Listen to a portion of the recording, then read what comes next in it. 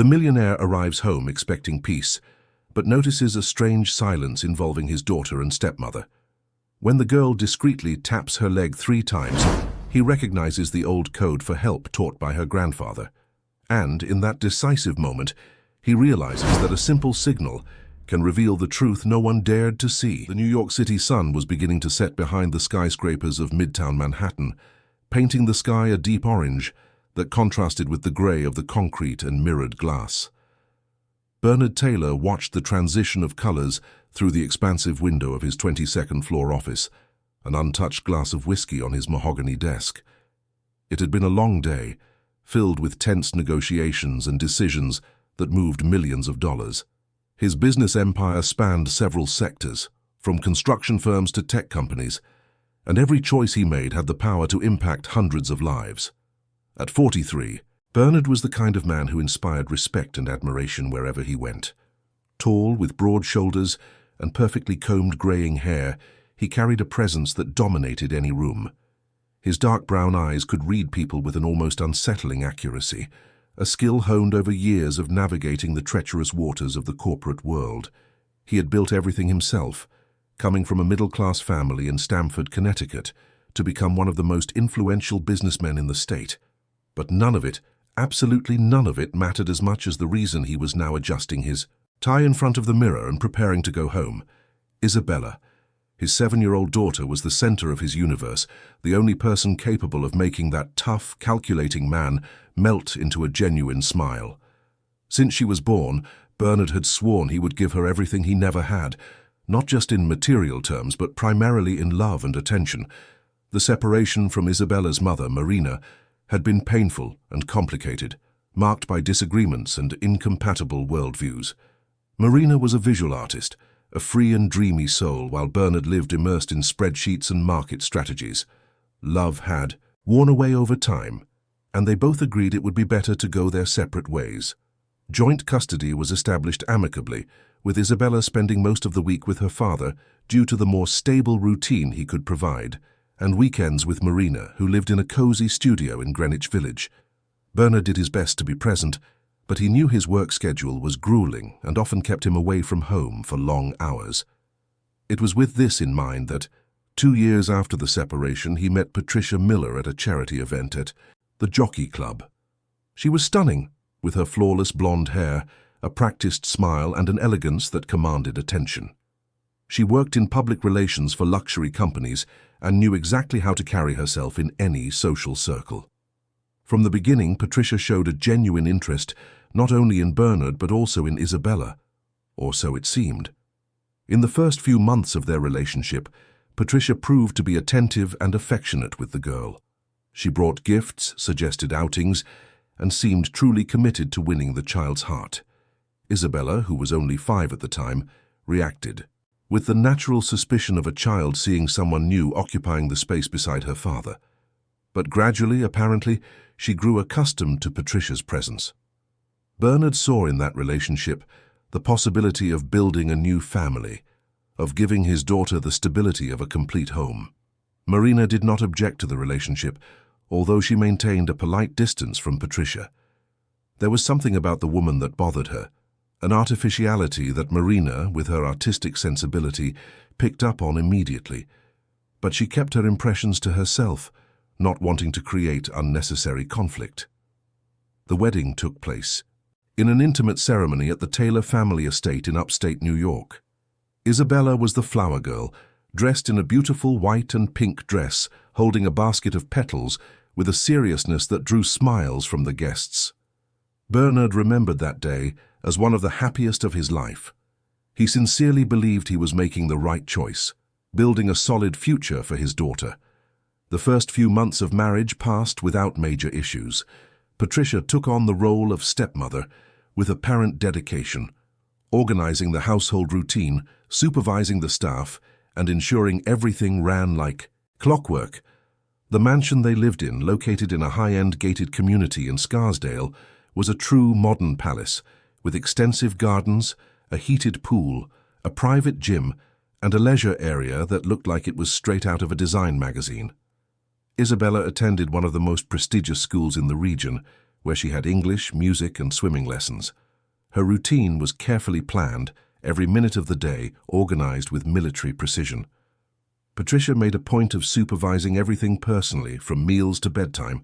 Bernard saw this as a sign of commitment, of a woman dedicated to caring for her stepdaughter, as if she were her own child. What he didn't notice were the subtle signs that were beginning to appear. Isabella, who was once a cheerful and talkative child, gradually became quieter, more withdrawn.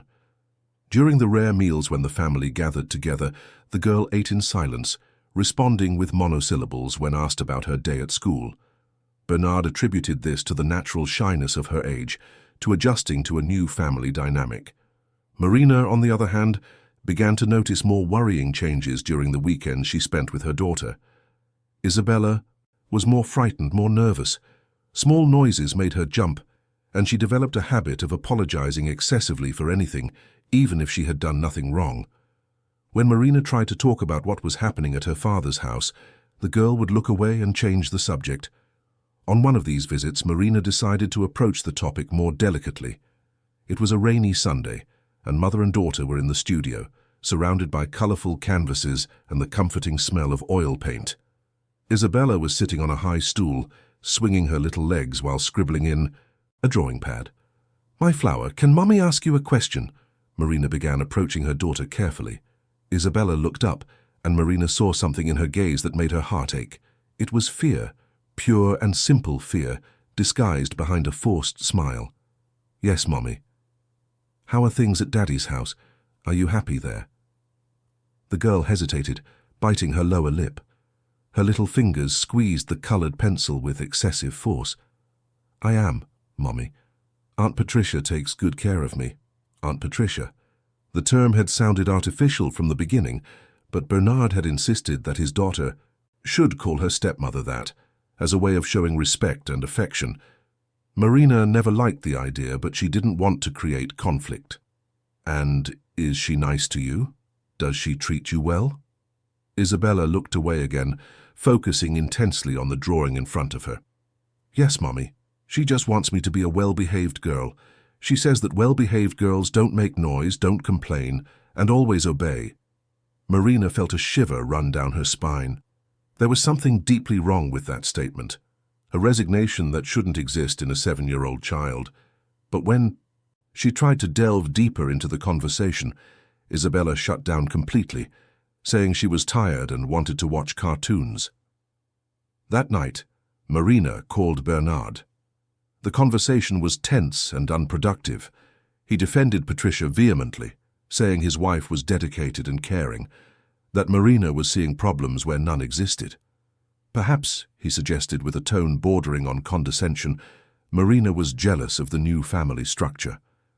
The artist hung up the phone frustrated, feeling powerless and misunderstood. Meanwhile, inside the mansion in Scarsdale, a very different reality was unfolding away from Bernard's eyes. Patricia Miller was not the caring and dedicated woman she appeared to be. Behind the facade of perfection, she harbored a deep resentment for Isabella, seeing the girl as an extension of Marina, the woman Bernard had loved before her. Patricia had grown up in a dysfunctional family in Poughkeepsie, the daughter of an absent father and an alcoholic mother. From an early age, she learned that appearances were everything, that smiling at the right time and saying the right words were the keys to surviving and climbing the social ladder. She had built her entire life around a carefully cultivated image, and marrying Bernard represented the pinnacle of that journey. She finally had the mansion, the status, the financial security she had always craved. But Isabella was a threat to all of it. The girl represented Bernard's past, the love he had for Marina, and that ate away at Patricia from the inside. She couldn't love the child no matter how hard she tried, and gradually she stopped trying. Instead, she developed an elaborate system of psychological control and punishment, always careful not to leave visible marks, always mindful to maintain the perfect facade when Bernard was around. The rules in the house were strict when the father was not present. Isabella couldn't make noise, couldn't play freely, couldn't touch anything without permission. Her favorite toys gradually disappeared, stored in a locked closet in the utility room, with the excuse that the girl needed to learn to be less attached to material things. Meals became moments of tension, with Patricia criticizing every movement, every forkful, turning the simple act of eating into a source of anxiety. Isabella's room, once a colorful refuge full of dolls and children's books, was gradually stripped of its personality. Patricia argued that a more minimalist decor was more elegant, more suitable for a growing girl. The walls, once painted lilac, were repainted an icy white. The posters of princesses and cartoon characters were removed. The room began to look more like a hotel room than a child's space. When Isabella committed some transgression of Patricia's arbitrary rules, the punishment was always the same: isolation. The girl was locked in her room for hours on end, sometimes the entire day, with only water and a basic meal. Patricia said this was for the girl to reflect on her behavior, to learn to be obedient and grateful for everything she had. During these periods of isolation, Isabella would sit in the corner of her room, hugging a small teddy bear she had managed to hide from Patricia, and cry silently. She had learned that crying loudly only made things worse, that showing emotion was interpreted as weakness and bad manners. So she swallowed her tears and waited, counting the minutes until she could leave the room that had once been her refuge and now felt like a prison. What Isabella didn't know was that Patricia had become increasingly bold. She had installed locks on the doors, controlled the girl's every move, through cameras that were supposedly for security, but which she used to monitor and criticize the child's every action. The household staff, intimidated by Patricia's domineering personality and fearing for their jobs, remained silent about what they saw. But there was someone who couldn't be completely fooled. Isabella's paternal grandfather, Anthony Taylor, was an 82-year-old man, a veteran who had served during the era when the U.S. participated in peacekeeping missions. A gentleman with an erect posture and a piercing gaze, he visited the family at least once a month and had a special bond with his granddaughter. It was Anthony who, during one of his visits, noticed the change in the girl. The liveliness had vanished from her eyes, replaced by a caution that was not natural in a child. He tried to talk to his son about his concerns, but Bernard, blinded by his trust in Patricia and consumed by the demands of his work, dismissed his father's observations as the exaggerations of an old man. Anthony didn't give up so easily. During a visit when Bernard had to leave for an emergency at the office, the grandfather was left alone with Isabella for a few hours. Patricia had gone out for a social engagement, confident that the old man posed no threat to her plans. Grandfather and granddaughter sat in the garden, under the shade of a leafy apple tree. Isabella was quiet, as usual, but Anthony noticed the way she nervously glanced at the house, as if expecting someone to appear at any moment. "My little granddaughter, Grandpa wants to tell you a story," he began, his voice hoarse but affectionate. "It's a story from when I was young, about your age." Isabella looked up, showing a flicker of interest. "When I was a little boy, I lived in the countryside with my brothers. There were 6 of us kids, and my mother, your great-grandmother, had to work very hard to support us. Sometimes, when things got tough, when I was scared or needed help but couldn't speak up, I used a secret code." "A secret code, Grandpa?" "That's right. It was a way to ask for help without anyone noticing.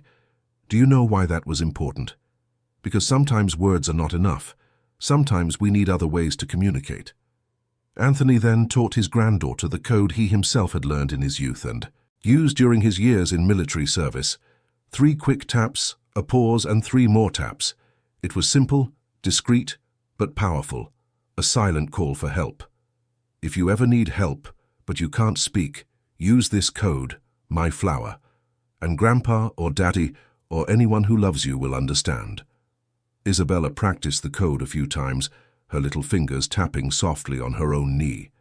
3 taps, pause, 3 taps. She committed it to memory, not fully understanding the weight of that knowledge, but instinctively feeling it was important. When Patricia returned home that afternoon, she found grandfather and granddaughter chatting animatedly about old stories, never imagining that a seed of resistance had been planted in that sunny garden. The following months were a gradual descent into an ever deeper abyss. Patricia became more controlling, more cruel in her words carefully chosen to hurt without leaving evidence. She called Isabella ungrateful, spoiled, told the girl she was lucky to have everything she had, and that she should be more grateful. When Isabella accidentally spilled something or made any small childish mistake, Patricia would explode in contained fury, her hissing voice filling the girl's room with poisonous words. "You're just like your mother," she used to say, contempt dripping from every syllable. "Clumsy, emotional, weak. But I'm going to teach you to be different. I'm going to teach you to have control." And Isabella, little by little, learned to become invisible. She learned to walk silently through the mansion's corridors, to speak only when spoken to hide any trace of personality that might provoke Patricia's wrath. She became a shadow within her own home, a ghostly presence that took up space but dared not fully exist. Marina intensified her attempts to intervene, but every call to Bernard resulted in more frustration. He simply couldn't see what was happening right under his nose. Patricia was too skilled, her performance as a devoted wife and zealous stepmother too convincing. When Bernard was home, she transformed completely, displaying an artificial tenderness that he interpreted as genuine. It was in this context that Wednesday arrived, the day everything would begin to change. Bernard had spent the entire day in decisive meetings about a corporate merger he had been negotiating for months. The talks were tense, filled with inflated egos and conflicting interests. When he finally managed to close the deal, it was almost 7 in the evening. He was exhausted but also relieved. That operation would secure the company's financial stability for years to come and open doors for international expansion. On his way home, driving his black Mercedes through the busy streets of New York, Bernard thought of Isabella. He felt he had been too absent lately, that he needed to spend more time with his daughter. He decided that on the weekend he would do something special with her, maybe a walk in the park or a trip to the movies. Anything to regain that connection, he felt, was weakening. The traffic was lighter than usual for that hour, and he arrived at the mansion in Scarsdale in less than 40 minutes. The ornate iron gates opened automatically upon recognizing his car, and he entered the property, observing the impeccably manicured gardens, the strategically placed lights that created a fairy tale-like atmosphere. He parked in the garage and entered through the side door, which led directly to the kitchen. The house was silent, only the discreet hum of the air conditioning filling the space. He loosened his tie and headed toward the living room where he expected to find Isabella. And that's exactly what he found. But the scene unfolding before his eyes, though seemingly tranquil, carried an atmosphere that immediately activated his instincts. Something was wrong, deeply wrong. And in the next few minutes, Bernard Taylor would get the first clue of a nightmare that had been unfolding for months inside his own home, hidden beneath a perfectly constructed facade of normality. The mansion's living room was an environment that breathed sophistication. Travertine marble floors, light beige Italian leather sofas, an electric fireplace built into the wall, and carefully selected works of art decorating every corner. The silk curtains were partially drawn, filtering the orange light of dusk that insisted on entering through the large glass windows. It was a space designed to impress, to convey success and good taste. But at that moment for Bernard, all that beauty seemed superficial. Like a theater set hiding something sinister backstage, Isabella was sitting on the main sofa, her little legs dangling a few inches above the floor, not reaching the Persian rug that covered it. She wore a navy blue dress with white lace details, impeccably ironed, her brown hair tied in 2 perfect braids. At first glance, she was the picture of a well-cared-for girl, a child living in an organized and loving home. But Bernard knew his daughter better than anyone, or at least he thought he did, and what he saw at that moment made his heart race in a way no business negotiation ever had. Isabella was rigid, completely rigid. Her small body seemed as tense as a guitar string about to snap, her shoulders raised in a defensive posture, her hands resting on her lap with her fingers intertwined. Beside her, Patricia displayed a radiant smile. She was impeccable as always, wearing a wine-colored silk pantsuit, her blonde hair falling in perfect waves over her shoulders. She was holding a children's book, apparently in the middle of reading to her stepdaughter. The scene could have illustrated a design magazine, a perfect example of a modern and harmonious family. "Good evening," Bernard said, his voice sounding more controlled than he actually felt. He entered the room with measured steps, carefully observing both of their reactions. Patricia looked up from the book, her smile widening. "Darling, what a nice surprise. I wasn't expecting you so soon." She gently closed the book and placed it on the coffee table. "Isabella and I were just here having a special reading moment, weren't we, sweetie?" Isabella didn't answer immediately. Her eyes met her father's for a split second, and in that brief contact, Bernard saw something that made him stop in the middle of the room. Fear. It wasn't the childish fear of thunder or the dark.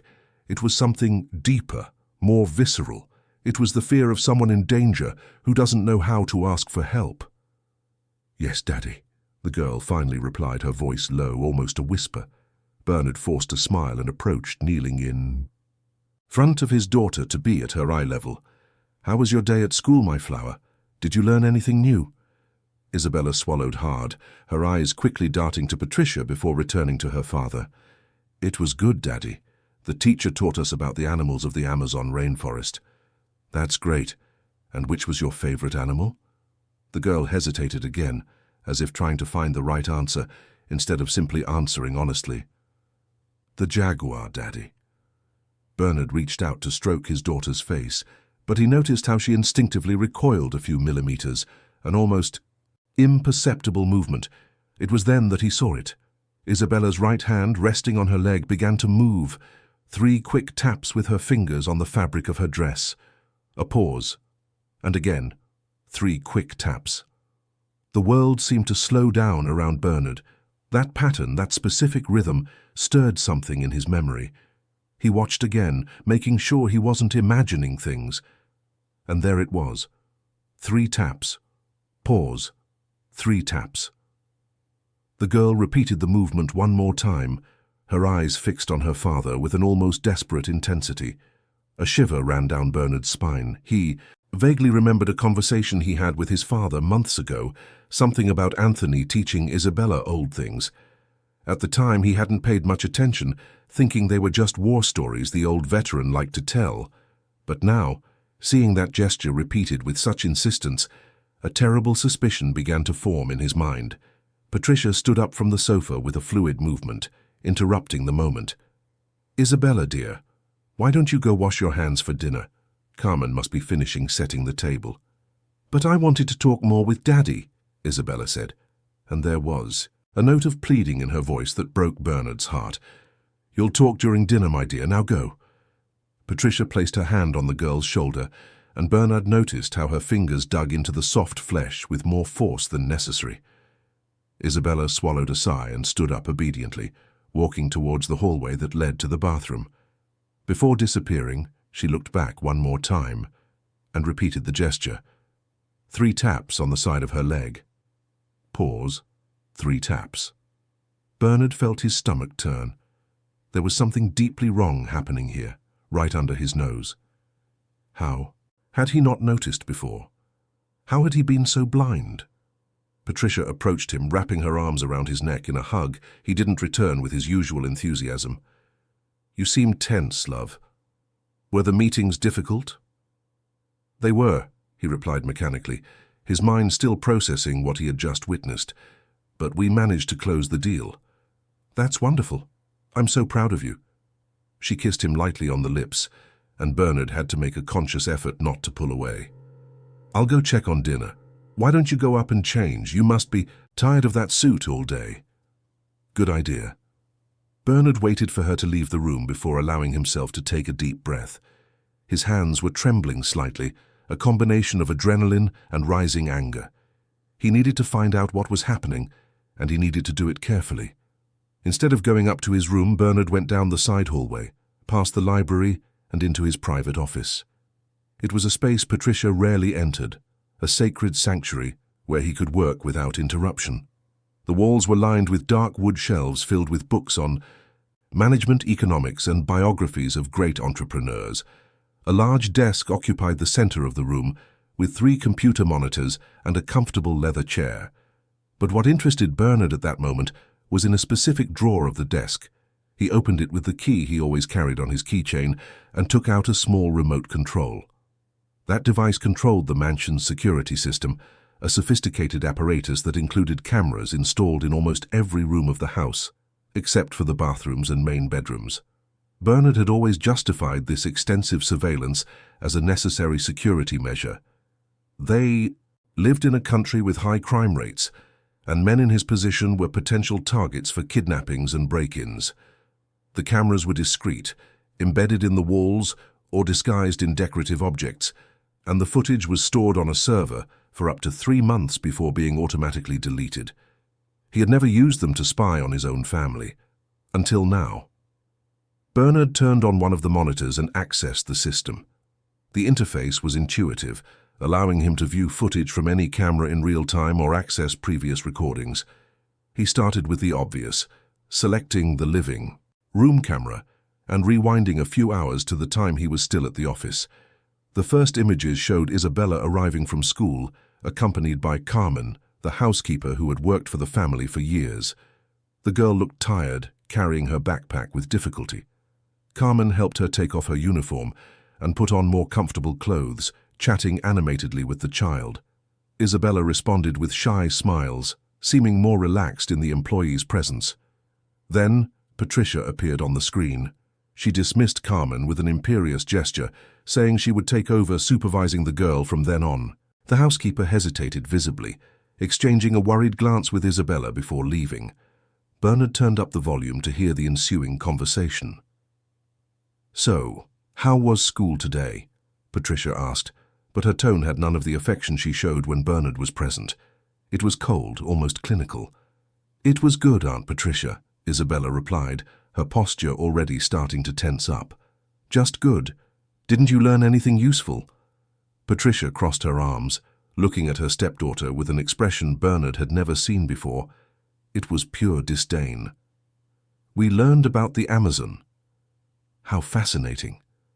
And I imagine you paid attention, or was your head in the clouds as usual?" "I paid attention, Aunt Patricia. Let's see." Patricia then began asking questions about the lesson's content, and when Isabella hesitated or couldn't answer something, she would sigh dramatically, rolling her eyes. "You're lazy, Isabella. You have every opportunity in the world, the best school, the best teachers, and yet you can't retain basic information. Do you know why? Because you're just like your mother, a useless dreamer." Bernard felt anger boil in his veins. How dare she speak to a child like that? To his daughter? The situation on the screen worsened. Patricia ordered Isabella to sit on the sofa and be quiet, while she attended to other things. The girl obeyed, sitting in the same rigid position Bernard had found her in later. Patricia left the room, and for almost an hour, Isabella remained there, motionless, alone. When Patricia returned, she brought the children's book and sat next to her stepdaughter. It was then that her performance began. She opened the book and started reading in a melodious and affectionate voice, completely different from the cruel tone she had used minutes before. She was rehearsing. She was literally rehearsing the scene Bernard would witness upon his arrival. Bernard had to pause the video for a moment, feeling nausea rise in his throat. How had he not noticed? How had he been so completely deceived? But that was just the beginning. He went back even further in time to the previous days, and what he discovered was the revelation of a systematic nightmare. He saw Patricia dragging Isabella by the arm with excessive force when the girl accidentally spilled juice on the carpet.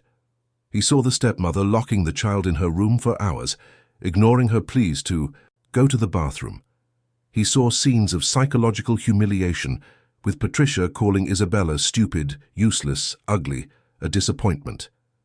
In one of the most disturbing recordings dated 2 weeks prior, Patricia entered Isabella's room late at night, when the girl should have been asleep. The child was sitting on the bed, hugging a teddy bear, crying silently. Patricia snatched the bear from the girl's hands violently. "Do you think you deserve comfort? Do you think you deserve to have nice things? Crying, weak girls don't deserve anything. Please, Aunt Patricia, give me back my teddy bear," Isabella begged, her tears falling freely. "No. You're going to learn that in this life you get nothing by being weak. Your father works hard to give you everything, and you repay him by being a disappointment." Patricia threw the bear into the closet and locked the door with a key. "Now sleep. And stop crying, or I'll give you a real reason to cry." Bernard turned off the monitor, unable to watch anymore. His hands were shaking uncontrollably, and he felt tears of anger and guilt burn his eyes. His daughter. His small, defenseless daughter had been psychologically tortured for months, perhaps even years, and he had done nothing. Worse, he had defended the abuser, dismissed the concerns of Marina and his own father as exaggerations. The office door opened suddenly. Patricia stood there, her perfect smile still on her face. "Dinner is ready, love. Aren't you coming?" Bernard took a deep breath, forcing himself to maintain his composure. He couldn't confront her yet. He needed a plan. He needed to ensure Isabella was completely safe before he acted. "I'll be right there, dear. I just need to make a quick call." Patricia nodded and closed the door. Bernard waited for her footsteps to fade down the hall before picking up his phone. His hands were still trembling as he dialed a number he had saved for emergencies. It was the direct contact for Detective Richard Fisher of the NYPD, whom he had met at a business event years ago. They had maintained a cordial friendship since, exchanging occasional messages. The phone rang 3 times before it was answered. "Hello, Bernard?" Richard's voice sounded surprised. "Richard, sorry to bother you at this hour, but I need your help. It's an emergency." Bernard kept his voice low, almost a whisper. "Of course, tell me. What's going on?" Bernard explained the situation in quick, concise sentences, describing what he had just discovered on the security recordings. Richard listened in silence, asking only a few pointed questions to clarify details. "This is serious, Bernard, very serious. We're talking about psychological abuse of a minor, possible unlawful imprisonment. I'm going to mobilize a team right now, but I need you to do the following. Keep everything normal. Don't confront your wife. Don't let her suspect anything. If she realizes you found out, she might try to flee or, worse, harm the child further. How long do you need to send us the recordings? I can transfer everything to an online drive in half an hour. Perfect. Send me the link as soon as it's ready. I'll review the material with the team, and then we'll come over. It should take about 2 hours at most. Can you keep up the facade until then?" "I can," Bernard replied, though he wasn't sure if it was true. The thought of sitting at the dinner table, pretending everything was normal while that woman was beside him, made his stomach churn. "Courage, my friend. Your daughter will be safe soon, and Bernard, be careful. People who commit this kind of abuse are often unpredictable when confronted." Bernard hung up and immediately started working on the computer, copying all the relevant recordings to a cloud storage service. The process took exactly 28 minutes, during which he heard Patricia call him twice, always with that sweet, artificial voice he now recognized as the mask it was.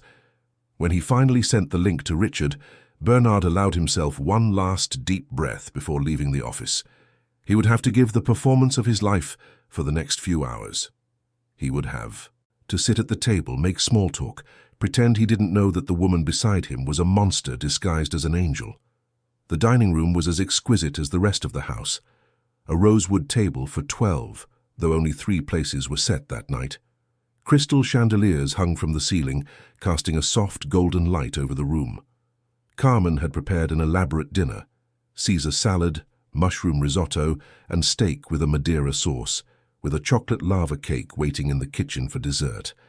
Isabella was sitting in her usual spot, between her father and stepmother.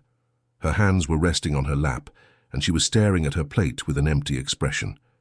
Bernard sat down beside her, making a point to gently touch her shoulder. The girl flinched at the contact, and that innocent reaction broke her father's heart even more.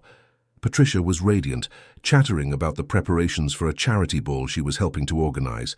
She talked about dresses, decorations, guest lists, completely oblivious to the tension that permeated the room, or perhaps not so oblivious. Bernard began to realize she was talking more than usual, filling any potential silence with her incessant monologue. "And you, Isabella, you've barely touched your food," Patricia suddenly observed, her voice taking on a tone of false concern. "Aren't you hungry, dear?" "I am, Aunt Patricia," the girl replied automatically, picking up her fork with trembling hands. "Then eat. Your father paid a lot of money for the best housekeeper, for the best food. It would be disrespectful to waste it." Bernard intervened for the first time. "She can eat at her own pace, Patricia. No need to force her." The look Patricia shot him was quick, but he caught it. There was anger. there, and perhaps a hint of suspicion. "Of course, love. I'm just concerned about her nutrition. You know how picky children can be with food." The dinner dragged on for another painful 40 minutes. Bernard did his best to maintain trivial conversations, asking about Patricia's day, commenting on work. All the while he was hyper-aware of Isabella's presence beside him, of the way she chewed each bite with excessive care, as if even the act of eating was something that had to be done perfectly to avoid consequences. When they finally finished, Patricia suggested that Isabella go take a bath and get ready for bed. It was only 8 o'clock, too early for a 7-year-old to sleep, but Bernard didn't protest. He knew the police would arrive soon, and the less time Isabella spent in Patricia's presence, the better. "Can you read me a story before bed, Daddy?" Isabella asked, and there was so much hope in her voice that Bernard almost lost his composure. "Of course, my flower. Daddy will be in your room in a little while." Isabella left the dining room, walking slowly, looking back one more time before disappearing down the hall. And there it was. Again, 3 taps on the side of her leg. Pause. 3 taps. A silent call for help that was finally being heard. Bernard and Patricia were left alone in the room. She approached him, wrapping her arms around his neck again. "Is something wrong, love? You're acting strange today." "I'm just tired. It was a long day." "I know exactly what you need to relax." She kissed him, and Bernard had to use all his willpower not to pull away in disgust. "Shall we go to our room?" "In a little while. I need to stop by the office once." "More time? Check some emails that came in during dinner." "You work too much, Bernard." She sighed dramatically but stepped away. "Don't be too long, okay?" He waited for her to go up the stairs before looking at the clock. Richard had said it would take about 2 hours. Almost 90 minutes had passed since the call. It wouldn't be long now. Bernard went up to Isabella's room, knocking softly on the door before entering. The girl was sitting on the bed, already in her pajamas, holding a storybook. But she wasn't reading. She was just staring at the cover, her eyes distant. "Ready for a story?" Bernard asked, sitting beside his daughter on the bed. Isabella nodded but said nothing. Bernard took the book from her hands and began to read, but his words were mechanical. His mind was somewhere else entirely. He wanted to hug his daughter, to tell her that everything would be okay, that he had discovered the truth and that she was safe now. But he couldn't. Not yet. When he finished the story, Isabella lay down, pulling the covers up to her chin. "Daddy," she whispered, her voice so low he almost didn't hear. "Yes, my flower." "Do you love me?" The question hit Bernard like a punch to the gut. "More than anything in this world, Isabella. You are the most important thing in my life." "Then why do you let Aunt Patricia be mean to me?" The tears Bernard had been holding back all night finally began to fall. He pulled his daughter into a tight hug, feeling her small body tremble against his. "I didn't know, my love. I didn't know. And that was my fault. But now I know, and I promise you will never go through this again. Never again." Isabella cried against her father's chest, years of pain and fear finally finding an outlet. Bernard held her, stroking her hair, whispering words of comfort. They stayed like that for long minutes, until the sound of the doorbell echoed through the mansion. Richard had arrived, and with him the justice Isabella so deserved. The sound of the doorbell reverberated through the mansion like a bell heralding an irreversible change. Bernard felt his heart race, a mixture of relief and apprehension taking over his chest. Isabella huddled in his arms, her eyes wide with fear. "Who is it, Daddy?" she asked, her voice trembling. "They're people who are going to help us, my flower. Good people who will make sure you're safe." Bernard hugged her one more time before getting up. "I want you to stay here in your room, okay? Don't leave for any reason. Daddy will be right back." Isabella nodded, pulling the covers up to her chin again, her eyes following her father's every move.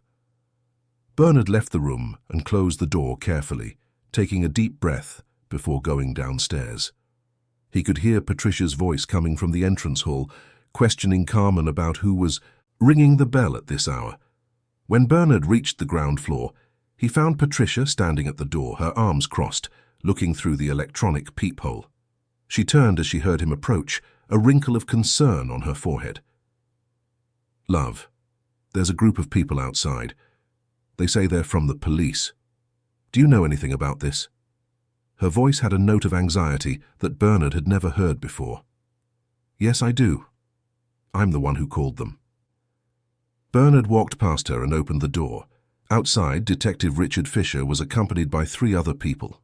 A woman in her 40s, wearing a discreet suit and carrying a file folder, a uniformed police officer, and another woman, younger, who was carrying a camera.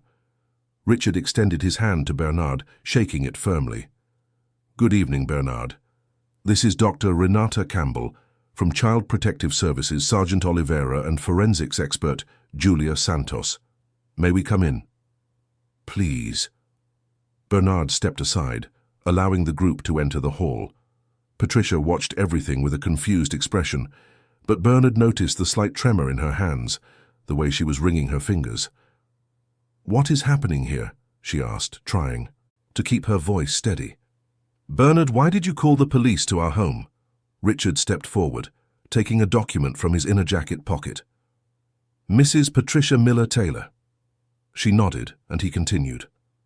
"My name is Richard Fisher, detective with the NYPD. We are here due to a report of child abuse. I'm going to need you to come with us to answer some questions." All the color drained from Patricia's face, leaving it as pale as paper. Her eyes darted from Richard to Bernard, and there in that moment the mask finally fell. The sweet, concerned expression gave way to something much darker, anger, pure, distilled anger. "This is absurd. A completely unfounded accusation. Bernard, what have you done? What lies have you made up?" "They're not lies, Patricia." Bernard kept his voice calm, though inside he was seething. "I've seen the recordings, all of them. I know exactly what you've been doing to my daughter." Patricia took a step back as if she had been slapped. "Recordings? You spied on me? How dare you? I am your wife. I take care of this house. I take care of that spoiled, ungrateful child, and this is how—" "You thank me," Dr. Campbell intervened, her voice professional but firm. "Mrs. Taylor, we need to check on the well-being of the child. Where is she right now?" "In her room," Bernard answered, before Patricia could speak. "Second floor, 3rd door on the right." "I'll go up there now," Renata said, signaling for the forensics expert to accompany her. "With your permission, Mr. Taylor." "Please." The 2 women went up the stairs, leaving Richard and Sergeant Oliveira in the hall with the couple. Patricia watched them go with a look of growing panic. "No, wait. You can't just invade my home and question a child without a lawyer present." Richard crossed his arms. "Ma'am, we have legal authorization to check on the welfare of a minor at risk, and with the evidence your husband has provided, there is more than enough cause for this check." Patricia turned to Bernard, and for the first time he saw true desperation in her eyes. "Bernard, please. You don't understand. That girl was becoming spoiled, disrespectful. I was just trying to discipline her, to make her a better person. You work so much, you're always away. Someone had to set boundaries." "Boundaries?" Bernard felt his anger finally explode, his voice rising higher than he intended. "You call locking a 7-year-old child in her room for hours a boundary, depriving her of food, calling her useless and stupid? That's not discipline, Patricia. That's cruelty." "I never did that. You're making things up. The girl is lying to you, trying to turn you against me." "I saw the recordings, Patricia, with my own eyes. Your voice, your words, your actions, all of it recorded." Patricia opened her mouth to reply, but no sound came out. She seemed to be processing the magnitude of the situation, understanding that there was no way to deny, to manipulate, to escape anymore.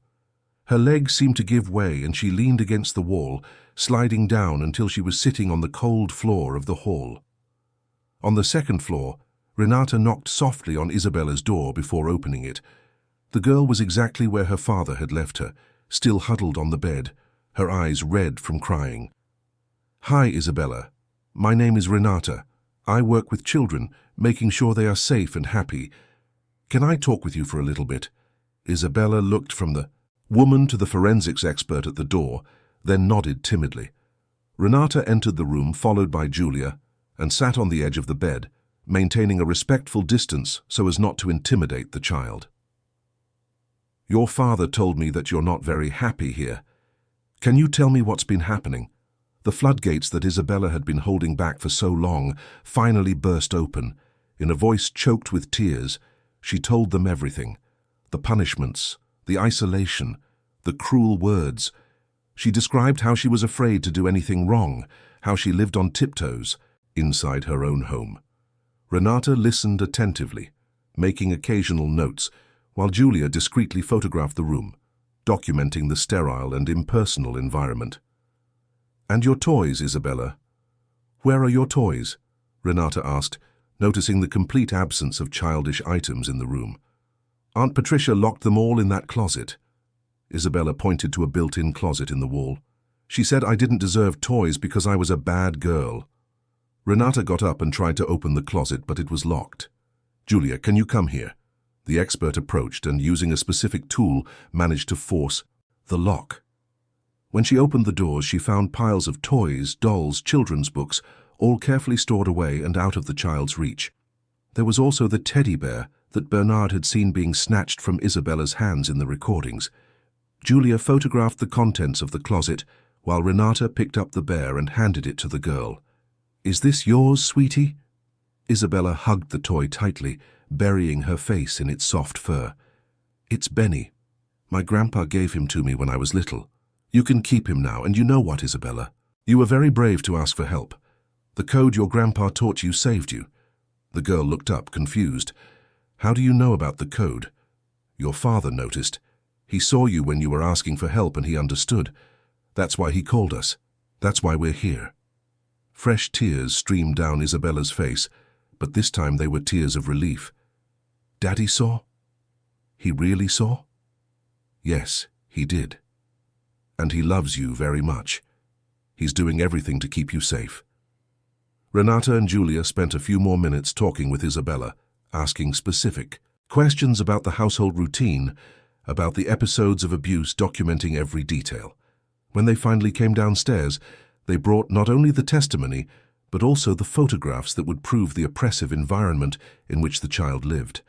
In the hall, the situation had deteriorated further. Patricia was still sitting on the floor, but now there was a look of defiance on her face. She looked at Renata with disdain. "Did you manage to manipulate the girl against me? Did you convince her to say what you wanted to hear?" "No one manipulated anyone, Mrs. Taylor. The child spontaneously reported a series of systematic abuses, and the physical evidence completely corroborates her testimony." Richard stepped forward, pulling handcuffs from his belt. "Patricia Miller Taylor, you are under arrest on suspicion of child abuse, psychological abuse, and unlawful imprisonment. You have the right to remain silent. Anything you say can and will be used against you." "This is ridiculous. You can't arrest me. I did nothing wrong." Patricia tried to stand, but her legs failed her.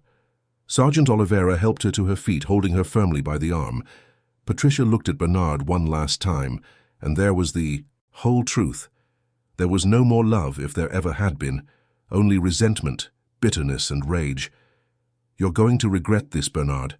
I will destroy you. I'll prove you're a negligent father, that you were always absent. I'll take half of everything you own." "You can try," Bernard replied, his voice as cold as ice, "but you won't succeed, because the truth is on my side. The recordings, the testimony, everything proves exactly who you are." As Richard and Sergeant Oliveira escorted Patricia out of the mansion, Renata approached Bernard, placing a gentle hand on his arm. "I know. This is difficult, but you did the right thing. Many children never get out of situations like this because the adults around them don't pay attention or don't want to see. You saw, and you acted. I should have seen it sooner." Bernard ran a hand through his hair, the weight of guilt crushing his shoulders. "My daughter was suffering right under my nose, and I was too blind to notice." "Don't torture yourself over it. People like your wife are extremely skilled at hiding who they really are. The important thing is that Isabella is safe now." Carmen appeared, in the hallway, her eyes red from crying. She had witnessed Patricia's arrest and was visibly shaken. "Mr. Taylor, I'm so sorry. I should have said something, but she threatened me. She said if I told anyone anything, she would claim I was stealing and have me fired. Bernard approached the housekeeper, placing his hands on her shoulders. Carmen, you're not to blame for anything. I know you tried to protect Isabella as best you could. I saw in the recordings how you cared for her with kindness. The woman sobbed, hugging Bernard. That girl is an angel, sir, an angel who deserves to be happy. And she will be, I'll make sure of it. Renata remained at the mansion for another hour, explaining the procedures that would follow. There would be a full investigation, Isabella would have to give a formal statement with a child psychologist present, and there would likely be a court case. Patricia would face serious charges that could result in prison time, and certainly protective measures that would prevent her from approaching Isabella. I'm also going to suggest psychological counseling for the girl, Renata said, handing Bernard some business cards. Children who go through this kind of trauma need professional help to process what they've lived through. The effects can appear in different ways over time. I'll arrange for the best possible treatment, Bernard promised. After everyone had left, the mansion was shrouded in a heavy silence. Bernard went back up to Isabella's room and found his daughter still awake, hugging Benny the bear, her eyes fixed on the ceiling. Can't sleep, my flower. Isabella shook her head. I'm afraid I'll wake up and find out it was all a dream, that Aunt Patricia is still here. Bernard lay down beside his daughter on the narrow bed, pulling her close. It wasn't a dream, Isabella. She's gone and she's not coming back. She will never come back. Promise, Daddy? I promise. And there's something else I promise. I'm going to be more present in your life. I'll work less. I'll take you to school. We'll do things together. Because I realized I was letting work push me away from the most important person in the world. Isabella snuggled against her father's chest, and for the first time in a long time, Bernard felt her truly relax. Daddy, can I call Mummy? I want to tell her what happened. Of course you can. In fact, I'll call her right now. Bernard picked up his phone and dialed Marina's number. She answered on the second ring, her voice worried. Bernard, is everything okay? It's very late. Marina, I need to tell you something, and I need to apologize to you. In the minutes that followed, Bernard recounted everything he had discovered, everything that had happened that night. On the other end of the line, Marina cried with relief and pain. Relief because her daughter was finally safe. Pain imagining the suffering Isabella had endured. I knew something was wrong, she said, her voice choked with emotion. I tried to tell you so many times, Bernard. I know, and you were right. I was wrong not to listen to you, not to listen to my dad, not to listen to the signs Isabella herself was giving. But I'm going to fix this, Marina. We're going to fix this together. Marina spoke with Isabella for long minutes, both of them crying and laughing at the same time, relieved that the nightmare was finally over. When Isabella finally hung up, she turned to her father with a lighter expression. Mummy said she's coming here early tomorrow, that we're going to spend the day together. That's right, and you know what else? I think it's time we moved. This place has too many bad memories. Can we live near Mommy's studio? I've always liked that neighborhood. We can live wherever you want, my flower. Isabella finally closed her eyes, the emotional exhaustion of the day taking its toll. Bernard stayed there, watching her fall asleep, gently stroking her hair. He thought of all the times he had been absent, all the meetings he had prioritized over a family dinner, all the signs he had ignored. But he also thought of his grandfather, Anthony, and the wisdom of a man who knew the value of protecting those he loved. That simple code, 3 taps followed by a pause and 3 more taps, had saved his daughter. Without screams, without words, just a discreet gesture that carried a desperate plea for help. Bernard picked up his phone again and sent a message to his father. Thank you for teaching Isabella the code. You saved your granddaughter's life today. The reply came almost immediately despite the late hour. Anthony was still awake. That code saved many soldiers during my time in the service. I'm glad it saved my little granddaughter too. I'll visit you both tomorrow morning.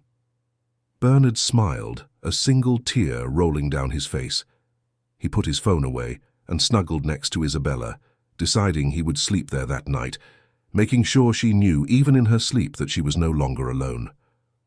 Outside, the New York night continued its course, with its millions of inhabitants living their lives, each carrying their own stories, their own secrets.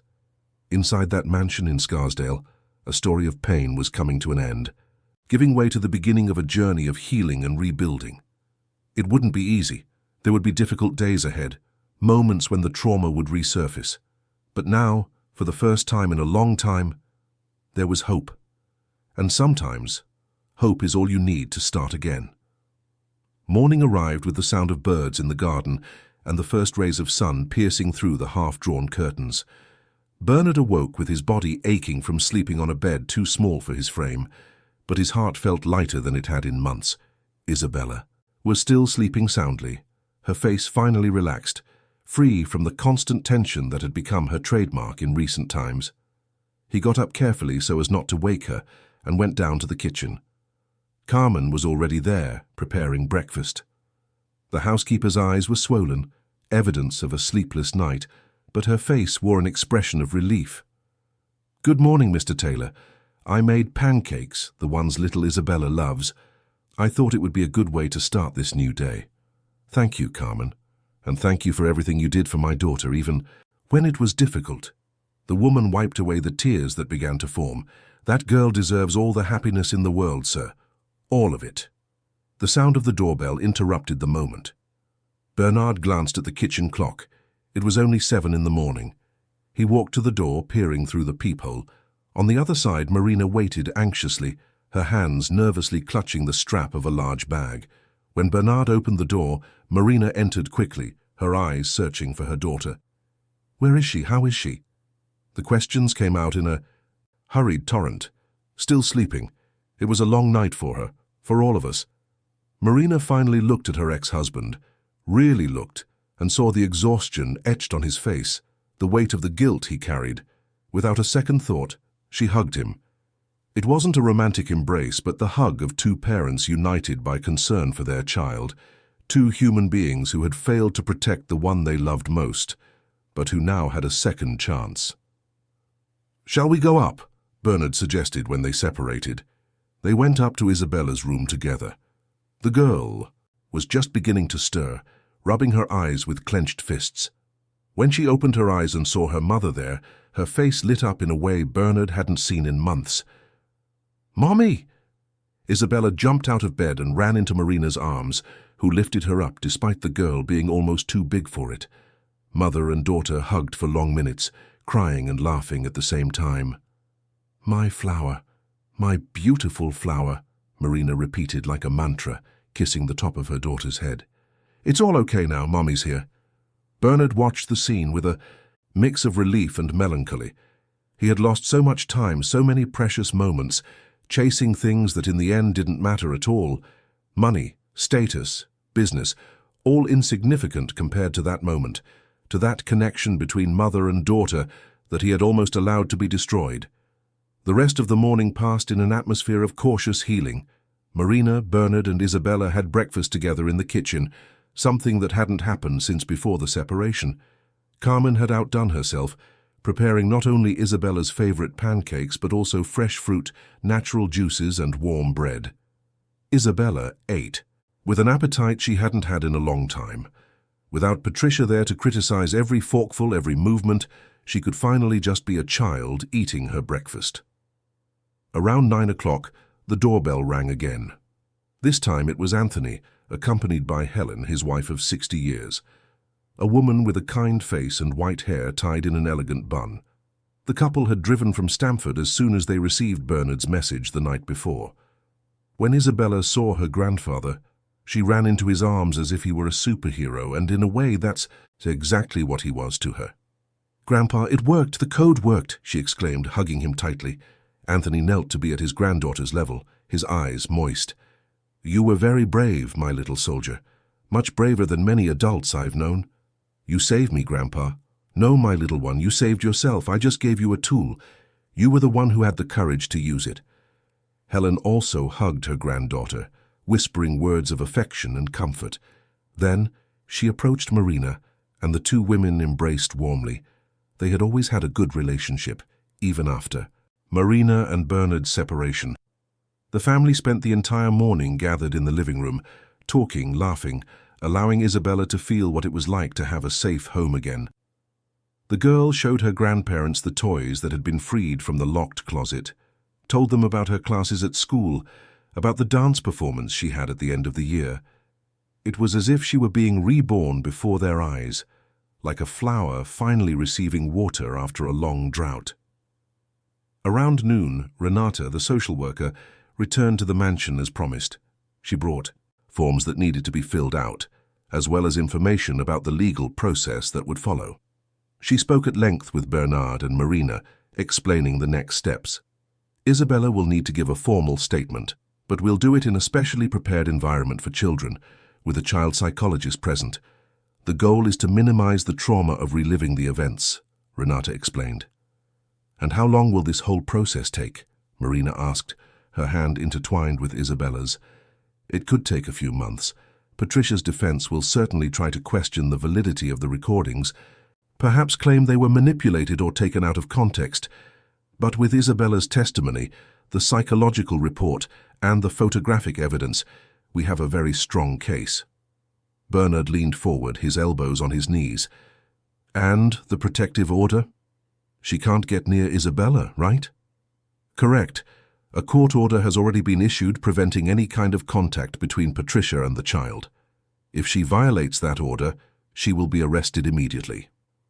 That afternoon, following Renata's recommendation, Bernard scheduled the first appointment with Dr. Beatrice Allen, a renowned child psychologist in New York, specializing in trauma cases. The appointment was for the following week, but the doctor, upon hearing a summary of the case, made herself available for an emergency session that same afternoon. Dr. Allen's office was in a charming house in Greenwich Village, painted a pale yellow with blue windows. The interior was cozy, with light wood furniture, colorful cushions, and a bookshelf filled with children's books and therapeutic toys. There was also a large aquarium with tropical fish, the gentle sound of the water creating a tranquil atmosphere. Beatrice was a woman in her 50s, with short graying hair, red-framed glasses, and a genuine smile that immediately put people at ease. She greeted Isabella first, crouching down to be at the girl's level. "Hi, Isabella. My name is Bay, but you can call me whatever you like. How about we talk for a little bit, just the two of us? Your parents will be in the waiting room right next door, very close." Isabella looked at her parents, seeking confirmation. Both Bernard and Marina nodded encouragingly. "It's okay, my flower. Aunt Bay is nice. She'll help you feel better," Marina said. The girl took Beatrice's hand and allowed herself to be led into the office. The parents remained in the waiting room, Marina nervously biting her nails, Bernard flipping through a magazine without really reading it. Inside the office, Beatrice didn't get straight to the point. She started by showing Isabella the toys, letting the girl explore the environment, creating a safe space. She offered paper and colored pencils, suggesting they draw together. It was only after half an hour, when Isabella was visibly more relaxed, that Beatrice began to ask more targeted questions. And she did so brilliantly, using puppets and stories so that Isabella could express her feelings indirectly, less painfully. The session lasted almost 2 hours.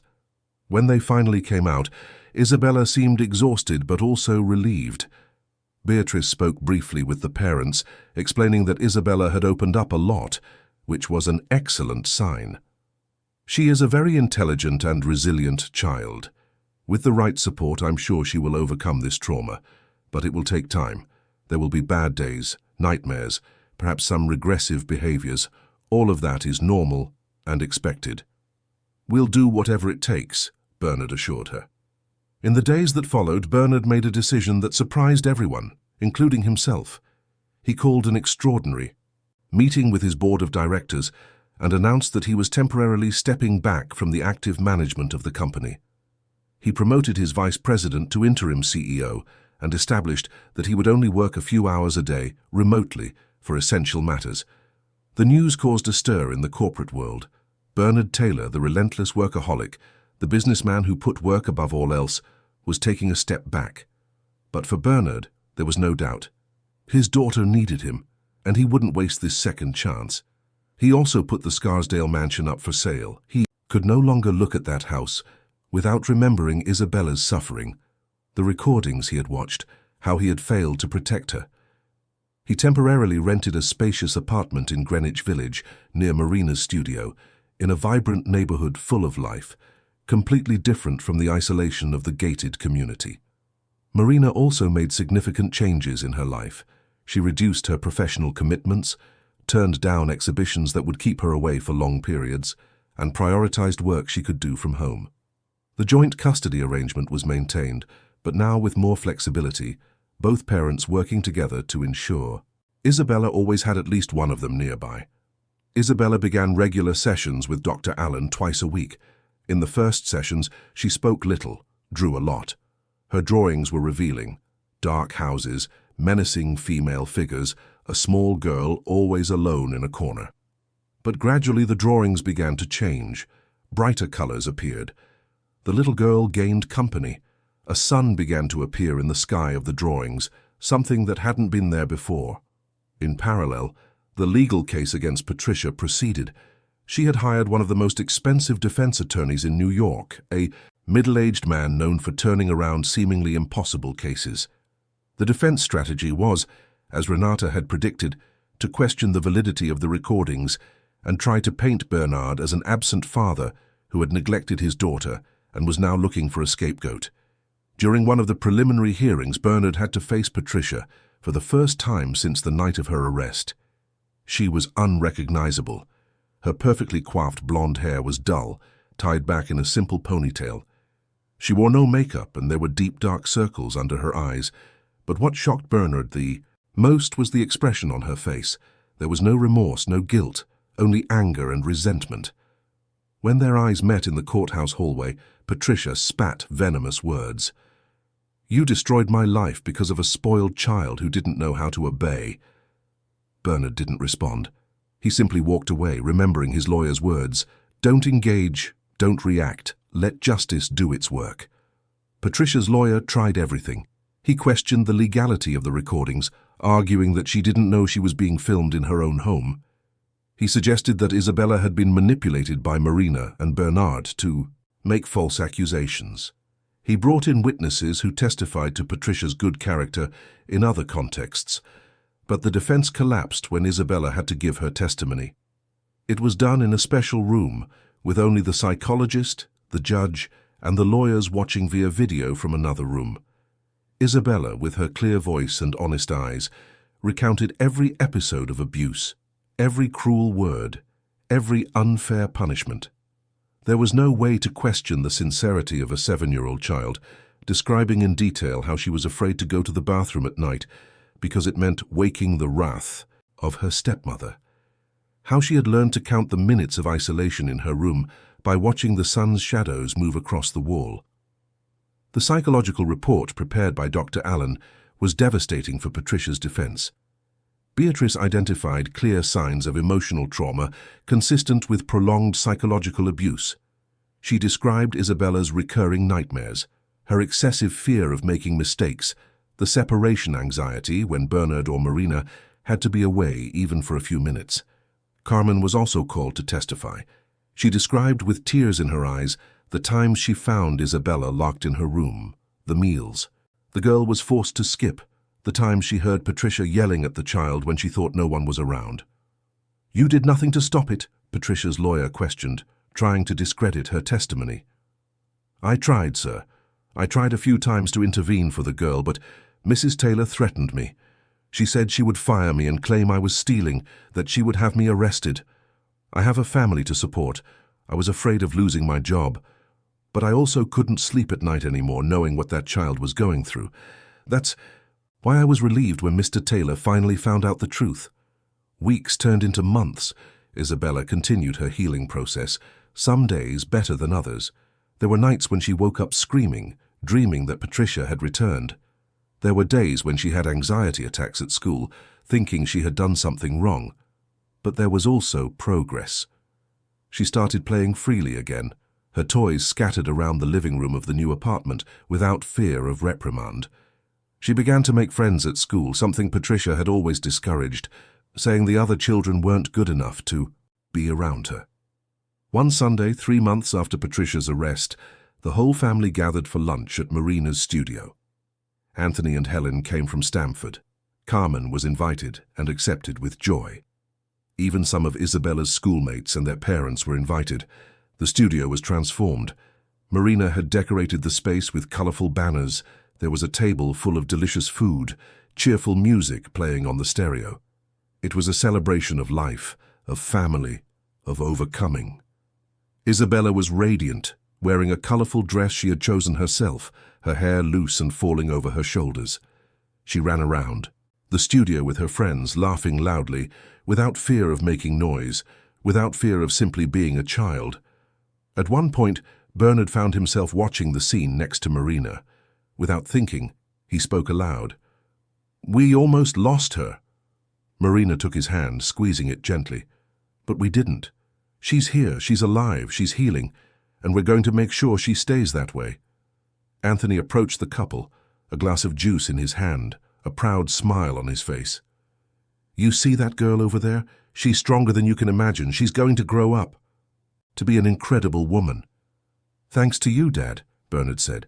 "If you hadn't taught her that code—" Anthony shook his head. "I just planted a seed. She was the one who had the courage to make it grow, and you were the one who had the wisdom to recognize it when she asked for help." That night, after everyone had gone home, Bernard tucked Isabella into her bed in her room at the apartment. The girl was exhausted, but happy. "Daddy," she said, as he adjusted the covers. "Yes, my flower. Today was the best day of my life." Bernard felt tears burn his eyes. "There will be many more days like this, I promise." "I know, Daddy, because I'm not afraid anymore." And at that moment, Bernard understood that they had truly won. Not just the legal battle against Patricia, but the greater battle of rebuilding Isabella's life, of giving her back the childhood that had been stolen from her. There was still a long road ahead, but they were on this journey together, and together they were invincible. 6 months had passed since that night that changed everything. The New York winter was at its peak, with cold mornings and often overcast skies. But inside the Greenwich Village apartment, there was warmth and life. Isabella woke up every day without the knot of anxiety in her stomach that used to accompany her. There was no longer that constant fear of making a mistake, of saying the wrong word, of existing the wrong way. The legal case against Patricia was coming to an end.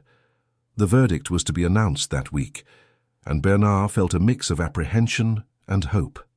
He wanted justice, not for revenge, but for the validation of Isabella's suffering. He wanted his daughter to know that what had happened to her was wrong, that she was not to blame, that the justice system recognized it. That Monday morning, Bernard was in the kitchen making coffee when he received a call from Richard Fisher. "Bernard, good morning. I have news on the case." Bernard's heart sped up. "Go ahead." "The judge has moved up the sentencing. It will be read today at 3 p.m. I thought I should give you a heads up." "Thanks, Richard. I'll be there." Bernard hung up and stood for a moment, processing the information. Today would be the day. That chapter finally closed, at least legally. Marina arrived shortly after 8 to pick up Isabella for school. It was her week with the girl, but the parents had developed a fluid routine, visiting each other, making decisions together, truly putting Isabella's needs above any lingering resentment from the past. "There's news," Bernard said as soon as Marina walked in. He told her about Richard's call. Marina paled slightly, her hands tightening on her bag strap. "Already? I thought it would be a few more weeks." "Me too. But I think it's for the best. The sooner this is over, the sooner we can really turn the page. Are you going to the courthouse?" "I am. I need to be there, for myself, but mostly for her." Bernard glanced towards Isabella's room, from where the sounds of drawers opening and closing could be heard as the girl looked for something. Marina nodded. "I'll drop Isabella at school and come back to go with you. You don't have to go through this alone." "Thank you." When Isabella came out of her room, already dressed in her school uniform, she looked like a completely different child from the one Bernard had. found sitting rigidly on the sofa months ago. Her hair was in a braid she had done herself, a little crooked but full of personality. She carried her backpack and smiled broadly. "Good morning, Daddy." "Good morning, Mommy. I'm ready." The naturalness with which she treated the presence of both parents together was comforting. There was no more tension, no more need to choose sides or measure words. After Marina and Isabella left, Bernard got ready for the day. He put on a dark suit, chose a discreet tie. He looked at himself in the mirror and saw a different man from the one he was 6 months ago. There were more lines on his face, a few more grey hairs, but his eyes had a clarity that wasn't there before. It was the look of someone who had learned, in the most painful way possible, what truly mattered in life. The phone rang again. This time it was his father. "Son, your mother and I are on our way to New York. We'll be with you at the courthouse today." "Dad, you didn't have to come. It's a long drive from Stamford." "Of course we did. That woman hurt. Our granddaughter. We want to see justice served." Bernard felt a lump in his throat. "Thanks, Dad." At 3 o'clock in the afternoon, the courthouse was packed. The case had gained some media attention, not because Bernard was a public figure, but because it touched on sensitive issues of child abuse, of how evil can hide behind perfect facades. Bernard sat in the front row next to Marina. Behind them were Anthony and Helen. Richard was also there, as were Renata and Dr. Allen, who had become a constant and comforting presence in the family's life. Patricia entered the courtroom, escorted by officers. She was visibly thinner, her hair now cut short without its former care. She wore simple clothes provided by the facility where she awaited trial. As she passed Bernard, their eyes met for a split second. There was no anger there anymore, just a disturbing emptiness. The judge entered and everyone rose. Judge Franklin Myers was a man in his 60s, known for being strict but fair. He sat, adjusted his glasses, and opened the file in front of him. "We are here for the reading of the sentence in case number so-and-so," he began, his deep, solemn voice echoing through the room. "The case of child abuse, psychological abuse, and unlawful imprisonment against the minor Isabella Taylor, perpetrated by the defendant, Patricia Miller Taylor." The judge began to read a summary of the case, detailing the evidence presented, the testimonies, the expert reports. Each word was like a stone being laid, building the weight of the truth that was finally being officially recognized. After careful review of all evidence presented, including the security recordings, the victim's testimony, the psychological reports, and third-party testimonies, this court has no doubt as to the defendant's guilt. Patricia remained motionless, her face an expressionless mask. The acts committed by the defendant constitute a grave violation of the fundamental rights of a child under her care. The systematic psychological abuse, the unjustified deprivations, the forced isolation, and the emotional cruelty have left deep scars on the victim, as attested by the experts. Marina squeezed Bernard's hand tightly. He could feel her silent tears falling, but he didn't let go of her hand. "Therefore, I sentence the defendant, Patricia Miller Taylor, to 4 years of incarceration, in addition to the payment of $200,000 in compensation for moral damages to the victim. I also order a permanent protective order, prohibiting any form of contact between the defendant and the minor Isabella Taylor until she reaches the age of majority." The room erupted in murmurs. Patricia closed her eyes, her body seeming to deflate. Her lawyer immediately stood up, announcing he would appeal, but the judge banged his gavel. "The sentence is delivered. Next case." Patricia was led out of the courtroom. On her way out, she paused briefly and looked at Bernard one more time. This time he saw something different in her eyes. Perhaps it was the beginning of some regret, or perhaps it was just the realization of the weight of her actions' consequences. He would never know for sure. Outside the courthouse, a small group of journalists was waiting. Bernard had arranged with Richard to give a brief statement, not out of ego or a desire for exposure, but because he felt that sharing his story could help other families in similar situations. He stood before the microphones, Marina by his side, his parents a step behind. "My name is Bernard Taylor, and today I saw justice served for my daughter. I want to use this moment to say something important." Child abuse doesn't always leave visible marks. Sometimes it happens in beautiful homes with seemingly respectable people. It happens in silence, hidden behind closed doors. As a father, I failed to see the signs.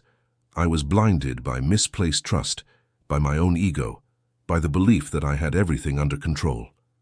His voice broke for a moment, but he took a deep breath and continued.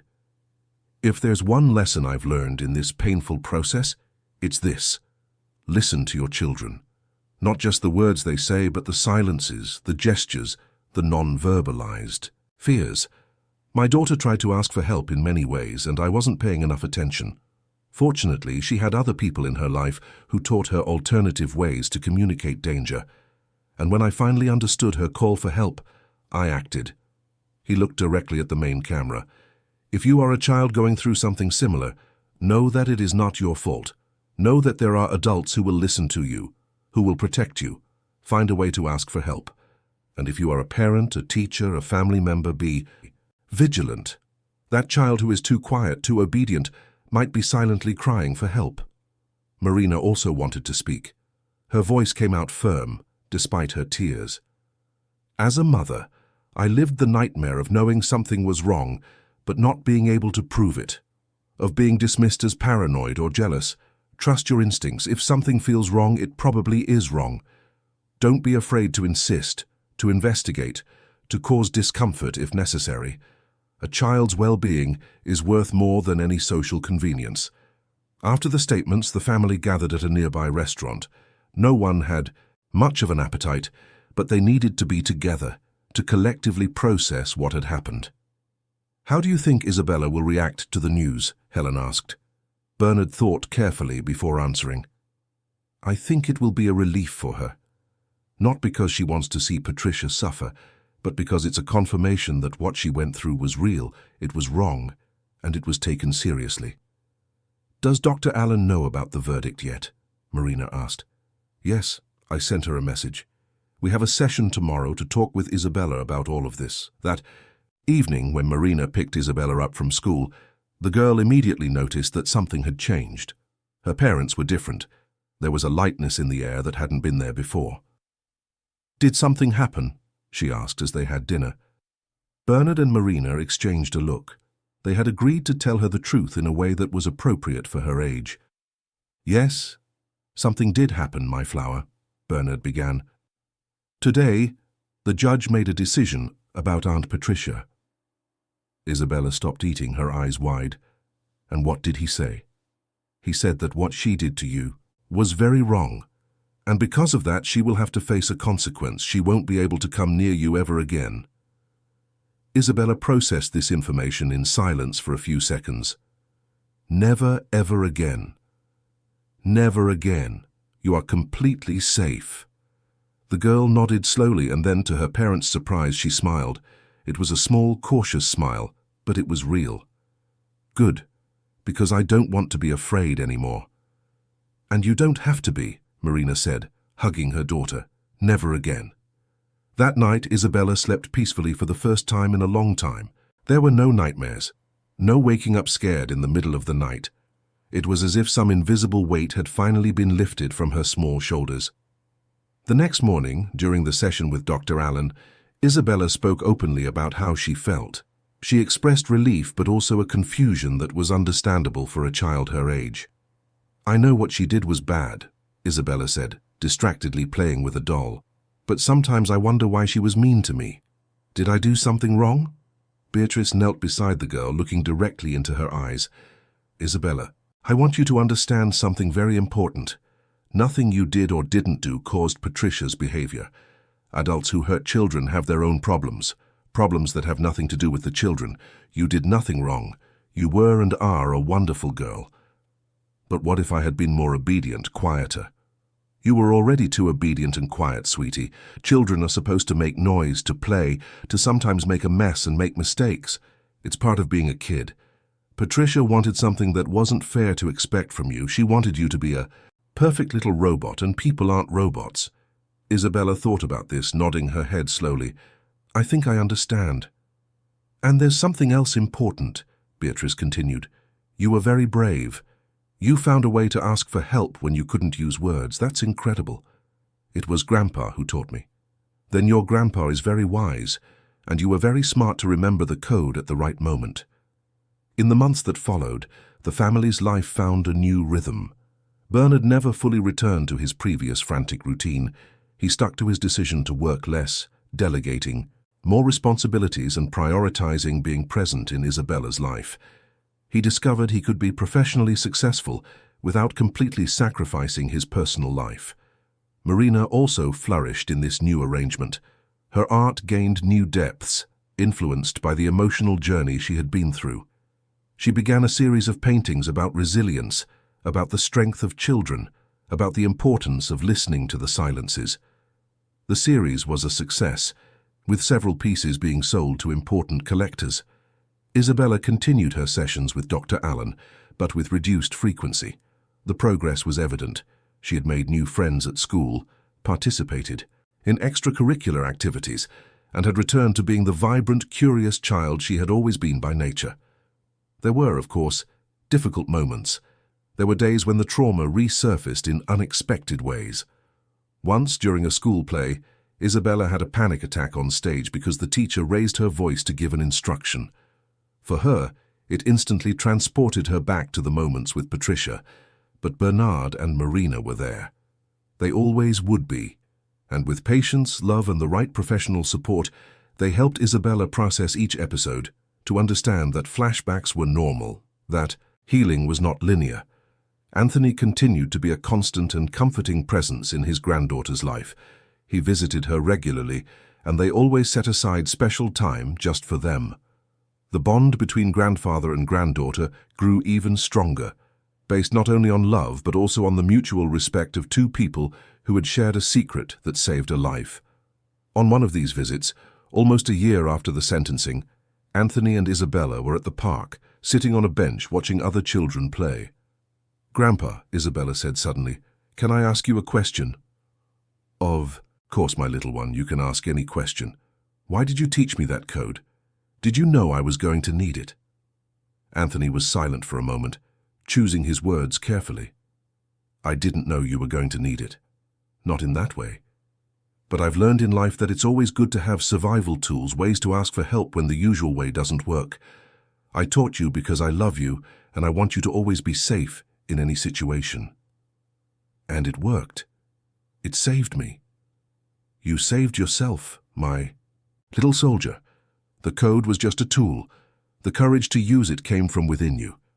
Isabella snuggled against her grandfather, and they sat like that for a while, watching the world go by around them, grateful for the present, hopeful for the future. That night, when Bernard tucked Isabella into bed, she was particularly thoughtful. "Daddy, if I hadn't used the code, would you have found out another way?" The question caught Bernard by surprise. He thought honestly before answering. "I'd like to say yes, that I would have eventually realized, but the truth is I don't know. I was blind, my flower, blind and absent. But I am grateful every day that you found a way to make me see. I'm grateful too, Daddy. Grateful that you saw. Grateful that you believed me."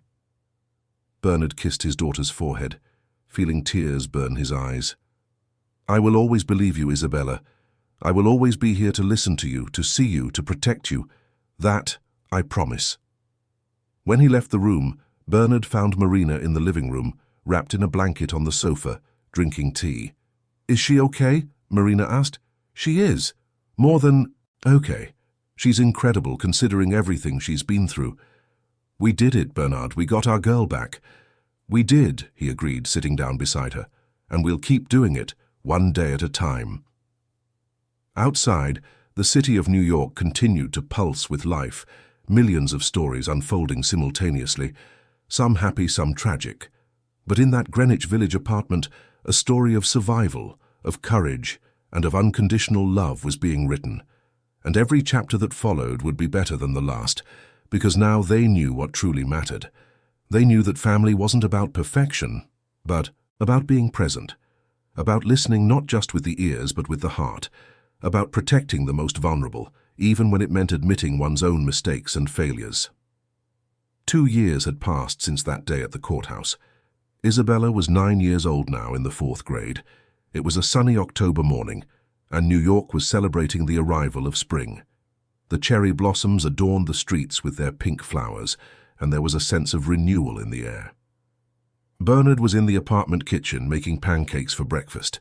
He had become a good cook. In recent years, another of the transformations the traumatic experience had brought, he discovered that he enjoyed this morning ritual, preparing food with his own hands, providing that simple yet significant moment of connection with his daughter. Isabella entered the kitchen still in her pajamas, her hair disheveled, rubbing her eyes. "Good morning, Daddy. Smells really good." "Good morning, my flower. Pancakes with maple syrup, just the way you like." She sat at the table, and Bernard noticed how much his daughter had grown. She was no longer that small, frightened child.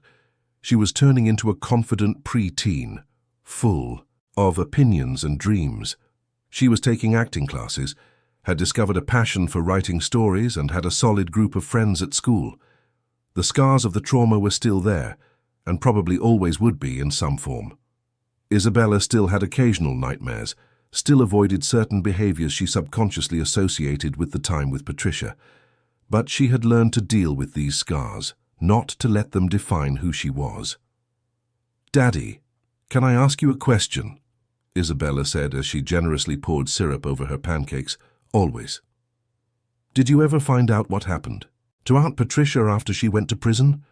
Bernard paused, spatula still in hand. It was a question he knew would eventually come, but it still caught him off guard.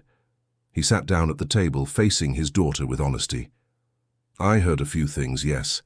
Why do you want to know?" Isabella shrugged, a gesture that tried to seem casual but carried weight. "I don't know. Sometimes I think about her. Not that I miss her," she quickly clarified. "But I wonder if she understood what she did, if she felt sorry." Bernard took a deep breath. What? He knew about Patricia came mostly from Richard Fisher, who occasionally kept him informed. Patricia had served just over 2 years of her sentence in a women's prison in upstate New York. During that time, she had participated in rehabilitation programs, including mandatory psychological therapy. According to the prison psychologist's reports, Patricia had initially shown a lot of resistance, maintaining the narrative that she had been wronged, that it had all been a blown-out-of-proportion misunderstanding. But gradually, through intensive therapeutic work, she began to confront her own childhood wounds and traumas that had led her to perpetuate the cycle of abuse. "She's serving her time," Bernard said carefully, "and from what I know, she's in therapy trying to understand why she acted that way. Do you think she'll ever really understand?" "I hope so, my flower, not for her sake, but because understanding is the first step to making sure she never does that to anyone else." Isabella nodded, thoughtfully chewing a forkful of pancake. "I've forgiven her, you know." The statement surprised Bernard. "You have?" "Yes. Dr. Allen helped me understand that forgiving doesn't mean saying what she did was okay. It just means I don't want to carry the anger inside me anymore, that I choose to let go of the power she had over my life." Bernard felt his chest swell with pride. His daughter, at only 9 years old, had an emotional wisdom that many adults never achieve. "You're incredible, you know that," Isabella smiled, a more mature version of the smile that used to light up her face when she was younger. "I learned from the best." That afternoon, Isabella had a play at school. It was a story about friendship and courage, and she was playing one of the main characters. Bernard, Marina, Anthony, and Helen were all in the school auditorium, occupying the front row. When Isabella walked onto the stage, wearing a colorful costume, her face shining under the lights, Bernard had to swallow the lump in his throat. He remembered that rigid little girl on the sofa, with frightened eyes and trembling hands making 3 secret taps. And now he looked at this confident young girl, delivering her lines clearly, interacting naturally with her classmates, smiling genuinely. Marina took his hand during the performance, squeezing it gently. This was their language now, not of resentful ex-spouses, but of partners united, in a greater purpose. They had rebuilt not a romance, but something equally valuable, a solid friendship based on mutual respect and shared love for their daughter. After the play, The whole family went to celebrate at a pizza place Isabella loved in the village.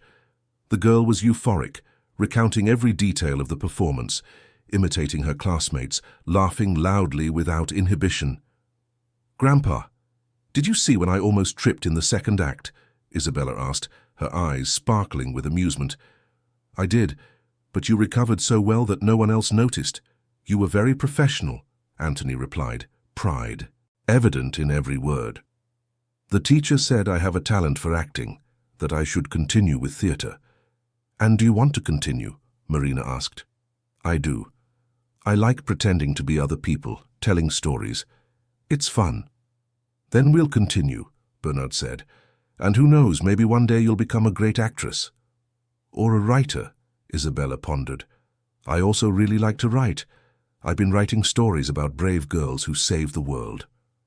Marina and Bernard exchanged a knowing look. Those stories were likely Isabella's way of processing her own journey, turning trauma into art, pain into narrative. At night, after everyone had left and Isabella was about to go to sleep, she called her father for another chat. Bernard sat on the edge of her bed, as he did every night. "Daddy, do you remember the day everything changed?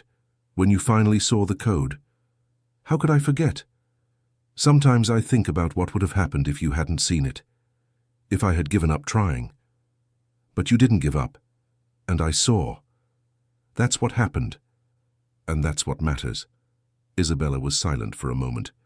"You know what I learned from all this?" "What?" "That we should never give up asking for help. Even when it seems like no one is listening, someone always is. And that small actions can change everything. 3 taps. That's all I did. 3 taps that changed my whole life." Bernard kissed his daughter's forehead, holding her face between his hands with infinite tenderness.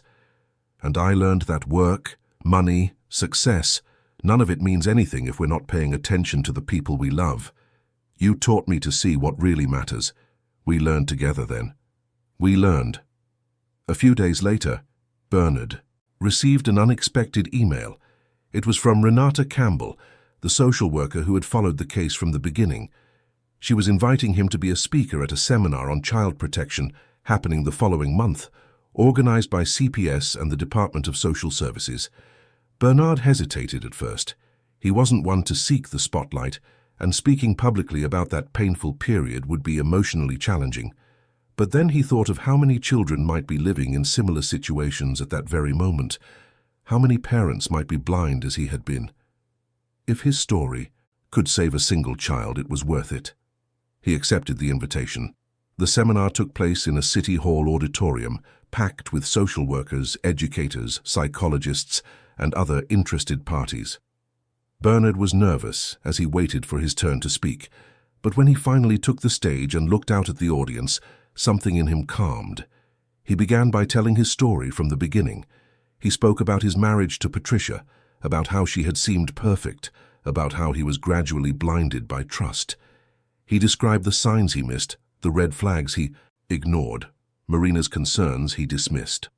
"I was a man who believed I had control over everything," he said, his voice echoing through the auditorium. "I built a business empire from scratch, made decisions that affected thousands of lives. But I couldn't see the suffering of my own daughter happening right in front of me. Why? Because I was absent. Because I prioritized the wrong things. Because I believed in appearances instead of paying attention to the details." He spoke about the code, about Anthony's wisdom in teaching his granddaughter a survival tool, about that crucial moment when he finally saw the 3 taps and decided to investigate instead of ignore. That code was simple, but it was the difference between saving my daughter and losing her to an even deeper trauma. How many children are asking for help right now in ways we can't perceive? How many signs are we missing because we're too busy, too distracted, too confident? The audience was completely silent, absorbing every word. "What I want to leave with you today is not guilt, but awareness. Be vigilant. That very well-behaved child might be terrified. That seemingly perfect family might be hiding horrors. And if you are a parent, please be present. Not just physically, but emotionally. Know your children so well that you notice when something changes, when the light in their eyes dims, when their smile becomes forced." At the end of the speech, Several people approached Bernard. A teacher told him she had a student in her class who exhibited behaviors similar to what he had described, and that she now felt validated in her suspicions and encouraged to act. A father confessed that he recognized in himself the absence Bernard had described, and that he was going to make changes. Renata approached after most people had left. "Bernard, you have no idea the impact your story can have. Thank you for having the courage to share it. If it helps even one child, it was worth it. It will help many. I'm sure of it." In the following months, Bernard continued to give occasional talks when invited. His story resonated deeply with audiences, and he received regular messages from parents thanking him for helping them recognize signs in their own homes, from children who felt encouraged to ask for help after hearing about the 3-tap code. One such message came from a woman named Fernanda from Chicago. She said her 8-year-old daughter had started using the code after watching one of Bernard's videos circulating on social media. The girl was being bullied at school, and the 3 taps alerted the mother to the problem before it became more serious. Fernanda wrote that she considered Bernard and Isabella her guardian angels. Bernard showed the message to his daughter, who read it with teary eyes. "Our story is helping other people, Daddy." "It is, my flower, and that means everything we went through wasn't in vain." Marina also began to use her art for awareness, creating a traveling exhibition on child abuse that visited several cities across the country. Each canvas told a different story, but they all shared the same theme: the resilience of children and the importance of attentive adults. One of the most impactful paintings showed small hands making signs, a visual reminder that communication comes in many forms. The exhibition gained national and even international recognition. A museum in Portugal asked for permission to display it, and Marina agreed, proud that her message was reaching such distant borders. Part of the proceeds from the art sales was donated to non-profits working in child protection. Isabella followed everything with interest, proud to see her parents turning pain into purpose. And she herself, in her own way, was doing the same. In a school essay about courage, she wrote about her own experience, changing some names but keeping the essence of the story. Her teacher, Mrs. Marshall, an experienced educator in her 50s, was so impacted that she asked for permission to share the text anonymously at an education conference. "Isabella, can I talk to you for a moment?" Mrs. Marshall called her over after class. The girl approached the teacher's desk, a little nervous. "Did I do something wrong?" "No, dear, quite the opposite. Your essay is one of the most powerful things I've read in my 25 years of teaching. With your and your parents' permission, I'd like to share it at an education conference next month. Anonymously, of course." Isabella thought for a moment. "If it can help other children, then yes, you can." When Bernard and Marina were informed, they both fully supported their daughter's decision. It was another way to turn trauma into a tool for change. At the conference, Isabella's essay was read by a professional actress, and there wasn't a dry eye in the auditorium when she finished. Several teachers approached Mrs. Marshall afterward, asking for copies of the text to use in their own classrooms as discussion material on abuse and child protection. Life went on. Bernard eventually sold his majority stake in the company, retaining only shares and a position on the advisory board. With more free time, he discovered passions he had ignored for decades. He took up woodworking, started learning piano, and traveled with Isabella to places she wanted to see. Woodworking became particularly meaningful. In the small workshop he set, up in the apartment's utility area, Bernard found a form of meditation through manual labor. Creating something with his own hands, seeing raw wood transform into something useful and beautiful, was therapeutic. He made a bookshelf for Isabella's room, a study desk for Marina, a wooden swing for his parents' garden in Stamford. Isabella loved to visit him while he worked, sitting on a high stool, watching her father's hands shape the wood. Sometimes she would help, sanding pieces or choosing varnish tones. They were simple but precious moments, building memories that replaced the dark ones of the past. Piano lessons also became a family ritual. Bernard hired a teacher, Mrs. Cecilia, a 70-year-old woman who had been a concert pianist in her youth. She came twice a week, and Isabella often joined the lessons, sitting next to her father on the piano bench, their four hands trying to coordinate simple melodies. "Music is the language of the soul," Mrs. Cecilia used to say. "When words are not enough, music speaks." And it did. On the tougher days, when the ghosts of the past threatened to return, Bernard would sit at the piano and play. The notes, still imperfect and hesitant, somehow organized the internal chaos. The trips also became a fundamental part of the family's healing. Bernard took Isabella to see the Everglades, where they stayed in a rustic lodge and watched alligators, manatees, and birds in their natural habitat. They went to the Florida Keys, where Isabella learned to snorkel and marveled at the sea turtles. They visited Niagara Falls, getting soaked by the mist from the Cascades. Each trip was another layer of positive experiences covering the bad memories. Isabella was creating a mental library of happy moments, and Bernard made sure to be present for every single one, truly present, not just physically but emotionally engaged. Marina had her largest solo exhibition at a prestigious gallery in downtown New York. The series on child resilience was acquired by a museum and became part of its permanent collection. Anthony turned 85, and the family organized a surprise party in Stamford. It was an emotional event, with old army buddies, neighbors of decades, and distant relatives who traveled from various parts of the country. The house was decorated with old photos, a visual timeline of the extraordinary life of that man. There were photos of a young Anthony in his military uniform, serious and determined. Photos from his wedding to Helen, both radiant. Photos of Bernard as a child, being carried on his father's shoulders. And, taking pride of place, recent photos with Isabella, showing the special connection between grandfather and granddaughter. When he arrived and saw all those people gathered, Anthony had to sit down, overcome with emotion. "You didn't have to do all this," he said, his voice thick. "Of course we did, Dad," Bernard replied, hugging his father. "You deserve this and so much more."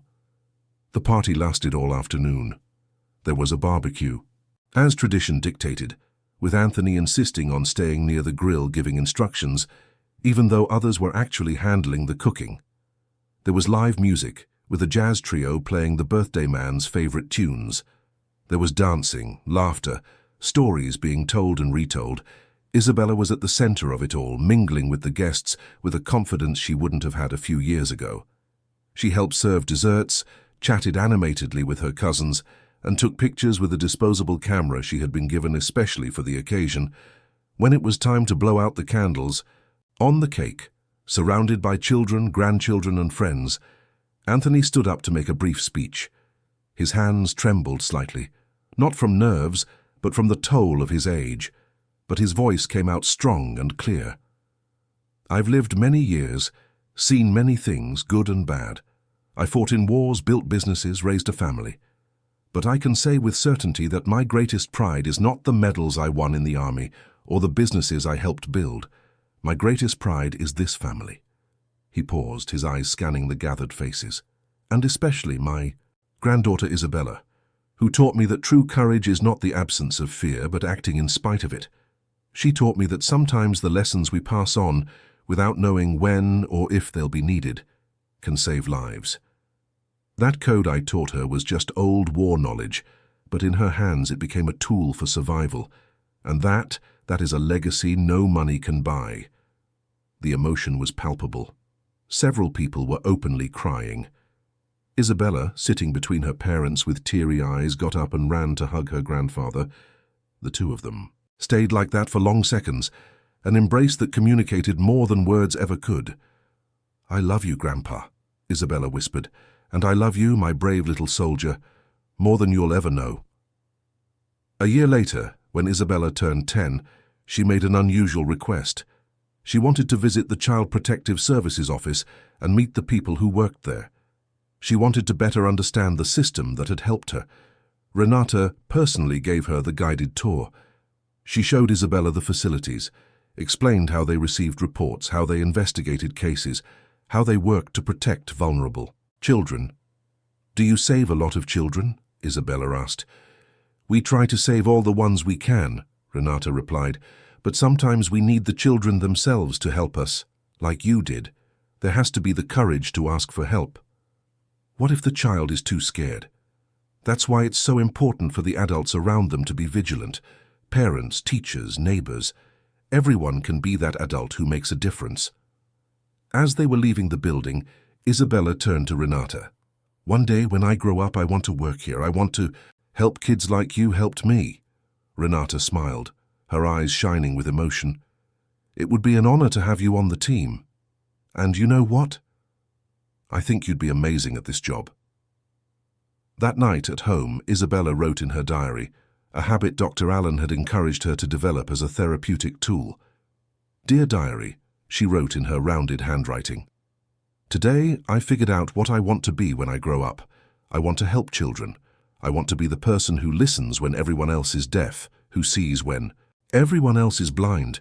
I want to be like Grandpa, who gave me tools, like Daddy, who finally opened his eyes, like Mommy, who never stopped worrying, like Dr. Allen, who helped me heal, like Aunt Renata, who fought for me. I want to be someone who makes a difference, and she would be. Bernard had no doubt about it. His daughter, forged in the fire of suffering, had emerged stronger, more compassionate, more determined to make the world a better place. Years later, when Isabella was in college studying psychology with a focus on child development, when Bernard was proudly sitting in the audience at her graduation, when she finally began working with traumatized children, he would look back and understand that that terrible nightmare had been, in a strange and painful way, also a gift. A gift disguised as a tragedy that forced them to reevaluate priorities, to rebuild relationships, to truly see what mattered. He would not have chosen that path, would never wish for his daughter to go through that. But given that it happened, they had turned poison into medicine, pain into purpose. And Isabella, that brave girl who asked for help through 3 silent taps, would grow up to be the woman she was destined to be, a woman who knew both the depths of fear and the heights of courage, who understood that asking for help was not weakness, but the greatest strength of all. In the spring of her 13th year, Isabella wrote a poem for a school assignment. The poem was called 3 Taps, and it told, lyrically, the story of a girl who learned the secret language of survival. The verses were simple but powerful, each word carefully chosen to convey not just the pain but also the hope. Her English teacher, a young woman named Ms. Anderson, was so impressed that she scheduled a meeting with Bernard and Marina. When the parents arrived at the school, her eyes were shining with enthusiasm. "Isabella has an extraordinary talent for words," she began, showing the poem to the parents. "But more than that, she has the courage to be vulnerable in her art. That's rare, especially in someone so young. I would like to submit this poem to a national literary contest. With your permission, of course." Bernard and Marina read the poem right there in the teacher's office. The tears came inevitably. To see their daughter's journey transformed into art, into something beautiful born from pain, was both moving and a source of immense pride. "Can we ask her?" Marina suggested. "I think the decision should be hers." When consulted, Isabella didn't hesitate. "Yes, I want to. If my story in the form of a poem can touch other people, then it should be shared." The poem was submitted to the National Young Voices Literary Contest, a respected competition that received thousands of entries annually from students across the country. Months passed, and Isabella half forgot about the submission, focused on her regular school activities, theatre, and the now sporadic sessions with Dr. Allen. It was on a rainy Tuesday in September that the email arrived. Ms. Anderson saw it first and immediately called Bernard. "Mr. Taylor, she won! Isabella won the youth category." The news spread quickly through the family. There was an awards ceremony scheduled for the following month at Carnegie Hall, a formal event with education and culture officials in attendance. On the night of the ceremony, Isabella was visibly nervous but also excited. She wore an elegant navy blue dress chosen by Marina, her hair in a sophisticated updo done by Helen. She looked older than her 13 years, but her eyes still held that mix of innocence and precocious wisdom that characterized someone who had seen so much in so little time. Carnegie Hall was beautifully lit, its opulent interior with ceiling paintings, marble staircases and golden chandeliers. The entire family was there, Bernard and Marina sitting side by side, Anthony and Helen right behind, Carmen, who had been invited and emotionally accepted, plus some of Isabella's school friends and their families. Renata was there too, as were Dr. Allen and Ms. Anderson. It was as if the entire support network that had sustained Isabella on her journey had gathered to celebrate this moment. When Isabella's name was called, she walked onto the stage with steady steps. Her hands trembled slightly as she received the trophy, a bronze sculpture of a stylized quill, but her smile was radiant. The host, a nationally known poet named Charles Sterling, asked her to say a few words. Isabella approached the microphone, took a deep breath, and when she spoke, her voice echoed clear and strong through the theatre. This poem is dedicated to all the children who are asking for help in silence, and to the adults who need to learn to listen not just with their ears, but with their eyes, with their hearts, with their full attention. She paused, her eyes meeting Bernard's in the audience. Sometimes a cry for help isn't a scream. Sometimes it's just 3 taps. But if someone is really paying attention, those 3 taps can save a life. They saved mine, and I hope that my story, told through these words, can save others. The audience rose in a thunderous ovation. It was a spontaneous standing ovation, strangers moved by the courage of this teenager to expose her vulnerability for a greater purpose. Bernard was crying openly, without any shame. Marina too, as did practically everyone who knew the full story. Anthony, now 87 but still strong in spirit, waved proudly at his granddaughter, his own eyes moist. After the ceremony, several people approached Isabella. A middle-aged woman, her eyes red from crying, held the girl's hands and said, "Thank you. My 10-year-old son has been showing me signs I was ignoring. Your poem made me open my eyes. I sought professional help for him today." Isabella hugged the woman, understanding perfectly the weight of that moment. "Your son is going to be okay now, because he has a mother who listens." A teacher from another city commented that he would use the poem in his classes on empathy and child protection. A psychology student said Isabella's story had reaffirmed her career choice. A journalist asked for permission to do a story on the story behind the poem, focusing on the message of awareness. There on that stage, Isabella was no longer the victim of an abuse story. She was the survivor, the winner, the voice for countless other children who still needed to be heard, and she was just getting started. The journey had been long and painful. It had left scars that would probably never completely fade, but it had also brought wisdom, compassion, and a greater purpose. The Taylor family had learned the hard way what truly mattered, and now they used that knowledge to light the way for others still navigating the darkness. Because in the end, that story wasn't about Patricia's villainy or the tragedy of abuse. It was about the resilience of the human spirit, about the courage of a child, about the wisdom of a grandfather, about the love of a family, about the ability to turn pain into purpose. It was about 3 simple taps that changed everything, and about the promise that always, always there would be someone listening, someone ready to answer, someone willing to fight for those who cannot fight for themselves.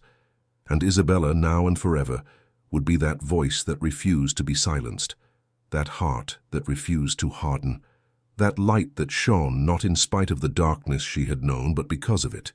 Because she knew better than anyone that 3 taps could mean the difference between despair and hope, between being lost and being found, between surviving and truly living. And she would live, fully, intensely, bravely, not as a victim defined by her trauma, but as a victor defined by her overcoming. And in that victory, she would honor not only her own journey, but the journey of all children still fighting to be seen, heard, and protected. Isabella Taylor's story was, in the end, a story of hope. And hope, as she had learned, was the most powerful thing of all.